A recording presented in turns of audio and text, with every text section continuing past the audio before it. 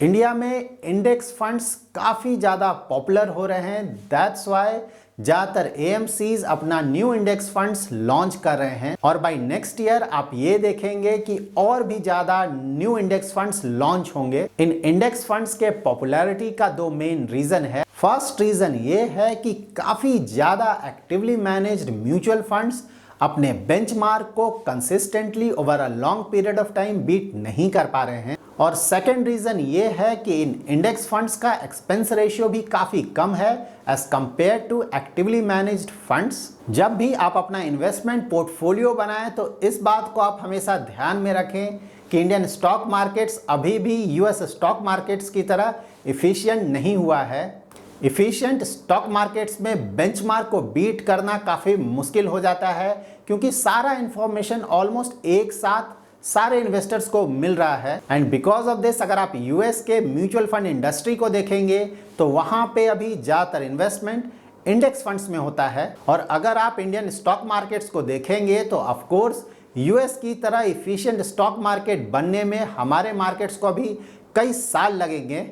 That's why India में अभी भी आपको काफ़ी ज़्यादा एक्टिवली मैनेज्ड फंड्स मिलेंगे जो कि अपने बेंचमार्क को consistently over the years beat कर पा रहे हैं। और आने वाले नेक्स्ट फ्यू ईयर्स में भी काफ़ी सारे एक्टिवली मैनेज्ड फंड्स ऐसे होंगे जो कि अपने बेंचमार्क को कंसिस्टेंटली बीट कर पाएंगे। जब भी हम actively managed equity mutual funds के अंडर परफॉर्मेंस की बात करते हैं तो मोस्टली उस समय हम लार्ज कैप कैटेगरी के इक्विटी फंड्स की बात करते हैं क्योंकि लार्ज कैप कैटेगरी में काफ़ी फंड्स ऐसे हैं जो कि कंसिस्टेंटली अपने बेंचमार्क को बीट नहीं कर पा रहे हैं। इस वीडियो में हम दो ऐसे actively managed large cap equity mutual funds के बारे में डिटेल से जानेंगे जिन्होंने कंसिस्टेंटली ओवर द ईयर्स अपने बेंचमार्क को बीट किया है। इन दोनों top large cap equity mutual funds के डिटेल्ड कंपैरिजन को देखने के बाद आप ये डिसाइड कर पाएंगे कि out of these two funds कौन सा fund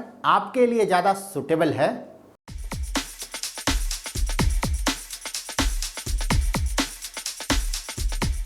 So let's start with basic details of these two funds. Axis Blue Chip fund का बेंचमार्क है Nifty 50 and Canara Robeco blue chip equity fund का बेंचमार्क है S&P BSE 100। Axis blue chip fund का AUM काफ़ी बड़ा है एट अबाउट 34,000 करोड़, जबकि Canara Robeco blue chip equity fund का ईवीएम रिलेटिवली छोटा है। एक्सपेंस रेशियो भी ज़्यादा है एक्सिस ब्लू चिप फंड का।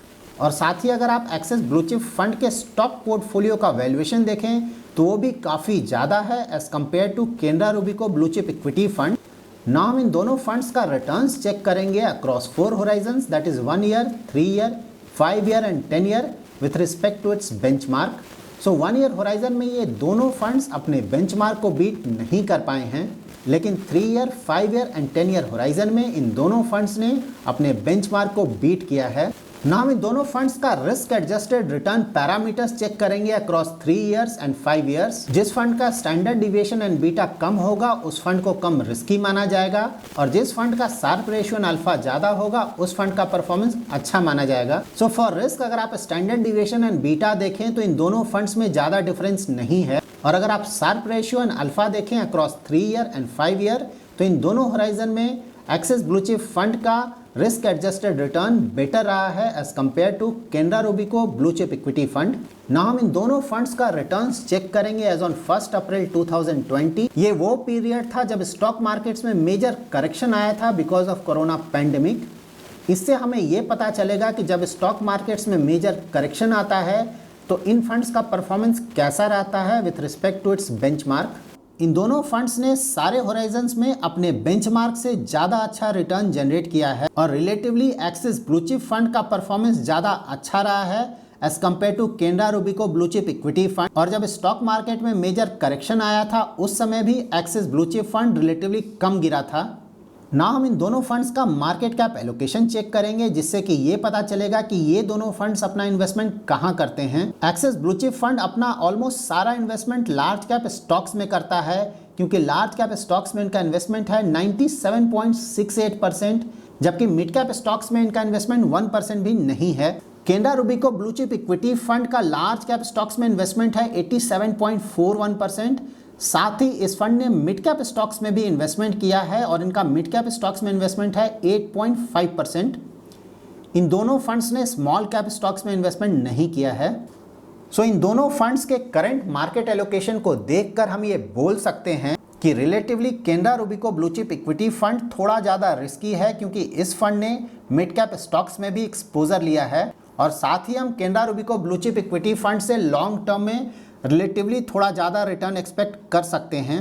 ना हम इन दोनों फंड्स का सेक्टर एलोकेशन चेक करेंगे। एक्सिस ब्लू चिप फंड ने जिन मेजर सेक्टर्स में अपना इन्वेस्टमेंट किया है वो सेक्टर्स हैं financial, technology, services, health care and construction.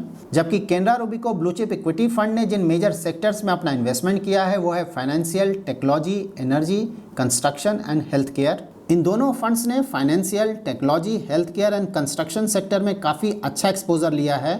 साथ ही एक्सिस ब्लू चिप फंड ने सर्विसेज सेक्टर में अच्छा एक्सपोजर लिया है, जबकि Canara Robeco blue chip equity fund ने एनर्जी सेक्टर में अच्छा एक्सपोजर लिया है। ना हम इन दोनों फंड्स का स्टॉक पोर्टफोलियो चेक करेंगे। एक्सिस ब्लू चिप फंड ने जिन मेजर कंपनीज में अपना इन्वेस्टमेंट किया है वो कंपनीज हैं Bajaj finance, HDFC bank, Infosys, ICICI bank and TCS। जबकि Canara Robeco blue chip equity fund ने जिन टॉप कंपनीज में अपना इन्वेस्टमेंट किया है वो कंपनीज हैं Infosys, HDFC bank, Reliance industries, ICICI bank and HDFC। So Axis blue chip fund ने अपने टॉप 10 स्टॉक्स में अपने टोटल एसेट का ऑलमोस्ट 67% इन्वेस्ट किया है, जबकि Canara Robeco blue chip equity fund ने अपने टॉप 10 स्टॉक्स में अपने टोटल एसेट का अबाउट 52% इन्वेस्ट किया है। So overall Axis blue chip fund का स्टॉक पोर्टफोलियो रिलेटिवली ज़्यादा कॉन्सेंट्रेटेड है। सो नाउ क्या हम इन दोनों फंड्स में एक साथ अपना इन्वेस्टमेंट कर सकते हैं? ये जानने के लिए हमें इन दोनों फंड्स का पोर्टफोलियो ओवरलैप चेक करना होगा। इन दोनों फंड्स में 27 स्टॉक्स कॉमन है और साथ ही अगर आप इन दोनों फंड्स का पोर्टफोलियो ओवरलैप चेक करेंगे तो ये ओवरलैप है अबाउट 61%, जो कि काफ़ी ज़्यादा है। जब भी आप अपना म्यूचुअल फंड पोर्टफोलियो बनाएं तो आप ये इंश्योर करें कि आप ऐसे दो फंड्स को अवॉइड करें जिनका पोर्टफोलियो ओवरलैप काफ़ी ज़्यादा हो। आइडियली हमें ऐसे फंड्स में अपना इन्वेस्टमेंट करना चाहिए जिनका पोर्टफोलियो ओवरलैप ऑलमोस्ट ज़ीरो हो। लेकिन जब भी आप इन म्यूचुअल फंड स्कीम्स के स्टॉक पोर्टफोलियो को चेक करेंगे तो इन म्यूचुअल फंड स्कीम्स में ऑलमोस्ट 40, 50 या 60 स्टॉक्स होते हैं। दैट्स वाई अगर म्यूचुअल फंड स्कीम्स में अबाउट 20 to 30% का ओवरलैप है तो वो सम एक्सटेंट एक्सेप्टेबल है। लेकिन अगर ये ओवरलैप 40, 50 या 60% का है तो आपको ये फंड्स एक साथ अपने पोर्टफोलियो में इंक्लूड नहीं करना चाहिए। इन top 2 actively managed large cap equity mutual funds के डिटेल्ड कंपैरिजन से हमें ये पता चलता है कि ये दोनों फंड्स काफ़ी अच्छे फंड्स हैं। इन दोनों ही फंड्स ने लॉन्ग टर्म होराइजन में अपने बेंचमार्क को बीट किया है और साथ ही काफ़ी अच्छा रिस्क एडजस्टेड रिटर्न जनरेट किया है। एक्सिस ब्लू चिप फंड में एक कंसर्न ये है कि इनका AUM that is asset under management already काफ़ी बड़ा हो गया है और इन कमिंग फ्यू ईयर्स ये AUM और भी बड़ा हो जाएगा। सो ओवरऑल ये दोनों ही फंड्स काफ़ी अच्छे फंड्स हैं और हम अपने इक्विटी म्यूचुअल फंड पोर्टफोलियो में इन दोनों ही फंड से किसी भी फंड को इंक्लूड कर सकते हैं। Now it's time to answer 2 most important questions. First है किन इन्वेस्टर्स को अपना इन्वेस्टमेंट इंडेक्स फंड्स में करना चाहिए और साथ ही वो कौन से ऐसे इन्वेस्टर्स हैं जिन्हें अपना investment actively managed mutual funds में करना चाहिए। सेकंड, हमारे इन्वेस्टमेंट के लिए Axis blue chip fund and Canara Robeco equity blue chip fund इन दोनों फंड्स में कौन सा ऑप्शन बेस्ट होगा। अगर आप एक न्यू इन्वेस्टर हैं और आपको स्टॉक मार्केट्स का ज़्यादा आइडिया नहीं है और साथ ही आप अपने इक्विटी म्यूचुअल फंड पोर्टफोलियो का पीरियोडिक रिव्यू नहीं कर पाते हैं, इन दैट केस आपके लिए इंडेक्स फंड ज़्यादा अच्छा इन्वेस्टमेंट ऑप्शन हो सकता है। और अगर आप एक ऐसे इन्वेस्टर हैं जिसे स्टॉक मार्केट्स का अच्छा आइडिया है और साथ ही आप अपने म्यूचुअल फंड पोर्टफोलियो का पीरियोडिक रिव्यू भी कर पाते हैं, इन दैट केस आपके लिए actively manage mutual fund schemes ज़्यादा अच्छा इन्वेस्टमेंट ऑप्शन हो सकता है। So now out of Axis blue chip fund and Canara Robeco blue chip equity fund, अगर आपको एक ऐसा फंड चाहिए जिसने ऑलमोस्ट पूरा इन्वेस्टमेंट लार्ज कैप स्टॉक्स में किया है, इन दैट केस आपके लिए एक्सिस ब्लू चिप फंड ज़्यादा अच्छा इन्वेस्टमेंट ऑप्शन हो सकता है। ये फंड अपना ऑलमोस्ट पूरा इन्वेस्टमेंट लार्ज कैप स्टॉक्स में कर रहा है, तो जब भी स्टॉक मार्केट्स में कोई मेजर करेक्शन आएगा उस समय इस फंड में रिलेटिवली करेक्शन कम आएगा। और अगर आपको लार्ज कैप कैटेगरी में एक ऐसा फंड चाहिए जो कि थोड़ा ज़्यादा एक्स्ट्रा रिटर्न जनरेट करने के लिए लार्ज कैप स्टॉक्स के साथ ही मिड कैप स्टॉक्स में भी अपना इन्वेस्टमेंट करे, इन दैट केस आपके लिए Canara Robeco blue chip equity fund ज़्यादा अच्छा इन्वेस्टमेंट ऑप्शन हो सकता है। So that's it in this video. अगर आपका कोई इन्वेस्टमेंट रिलेटेड क्वेरी है तो आप हमारा लाइव सेशन ज्वाइन कर सकते हैं एवरी सैटरडे 7:30 PM का। अगर आपको ये वीडियो पसंद आया है तो जरूर लाइक एंड शेयर करें, और अगर अभी तक आपने हमारा यूट्यूब चैनल सब्सक्राइब नहीं किया है तो जरूर सब्सक्राइब करें। Thanks lot for watching.